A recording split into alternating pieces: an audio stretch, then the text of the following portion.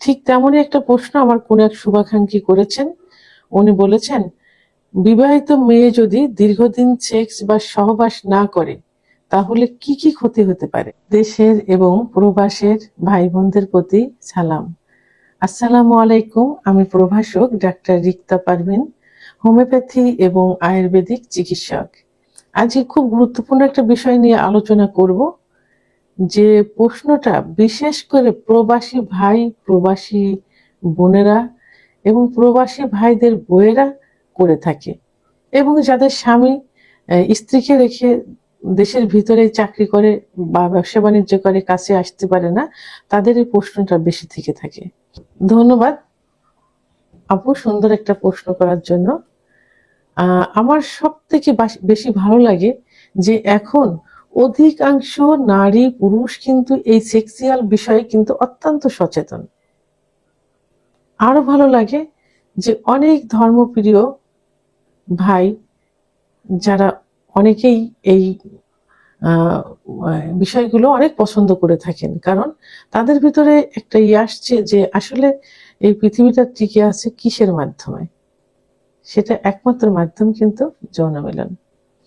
তো যাই হোক, এখন বিষয়টি হলো যে যদি একজন বিবাহিত মেয়ে দীর্ঘদিন সহবাস না করে তাহলে তার কিন্তু অনেক সমস্যা হতে পারে। অনেক, প্রথমেই বলবো যে শারীরিক এবং মানসিক স্বাস্থ্যের সঙ্গে কিন্তু যৌন মিলনের সম্পর্ক।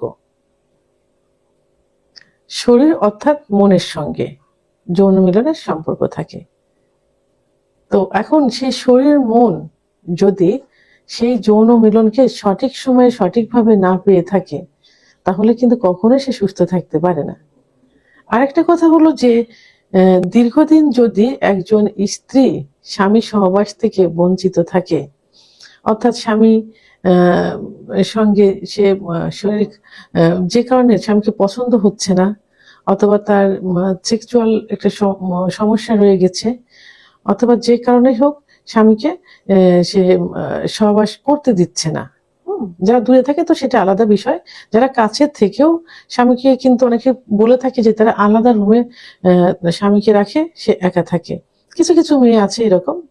তো সেক্ষেত্রে কিন্তু আপনার স্বামী কি হতে পারে, আপনার স্বামী কিন্তু পরকীয়ায় লিপ্ত হতে পারে, এবং এর জন্য কিন্তু আপনার সংসারটা ভেঙে যেতে পারে।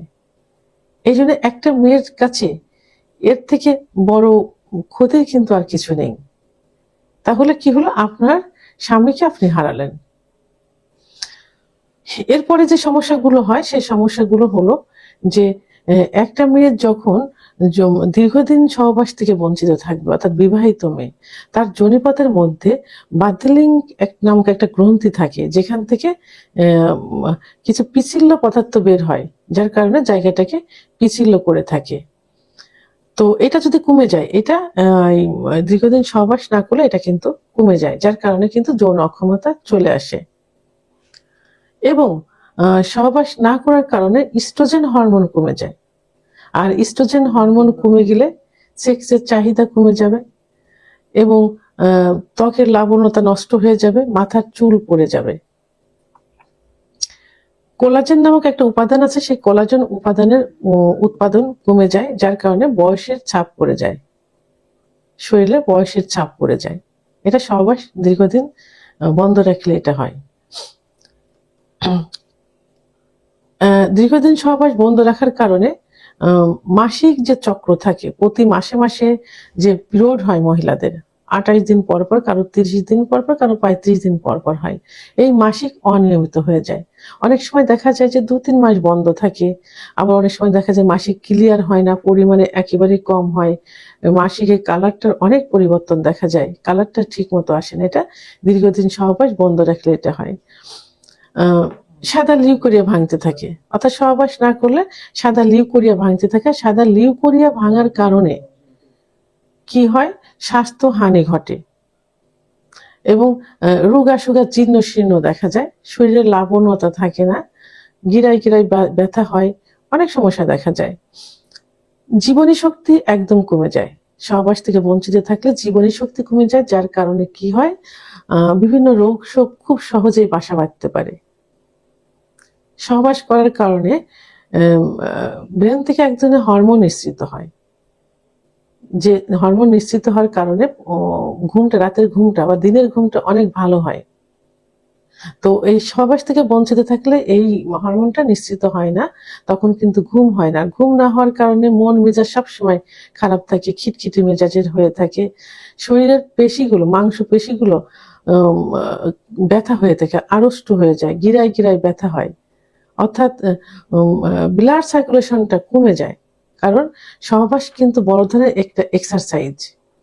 সেহেতু একটা বিবাহিত মেয়ে দীর্ঘদিন সহবাস না করলে তার পুরো লাইফটাই কিন্তু শেষ হয়ে যায়। এবং সবচেয়ে বড় যে একটা সমস্যা দেখা যায় সেটা হলো মহিলাদের যে জরায়ুতে ক্যান্সার, সার্ভিসাইটিস, জরায়ুর যে ক্যান্সার গুলো হয়, যদি সহবাস থেকে দীর্ঘদিন একজন বিবাহিত মহিলা বঞ্চিত থাকে, তাহলে এই ক্যান্সার কিন্তু খুব সহজেই বাসা বাঁধতে পারে।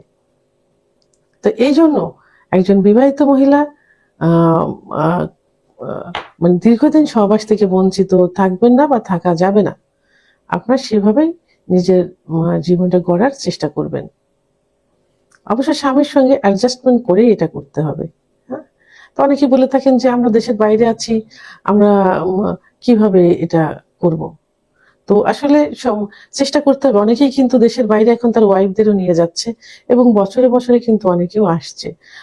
তো সেদিকে চেষ্টা করে যারা দেশের ভিতরেই থাকেন, নিয়মিত ওয়াইফের কাছে আসার চেষ্টা করবেন, ওয়াইফকে আপনার কাছে নিয়ে যাবেন, তাহলে এই বড় ধরনের ক্ষতির সম্মুখীন কিন্তু হতে হবে না।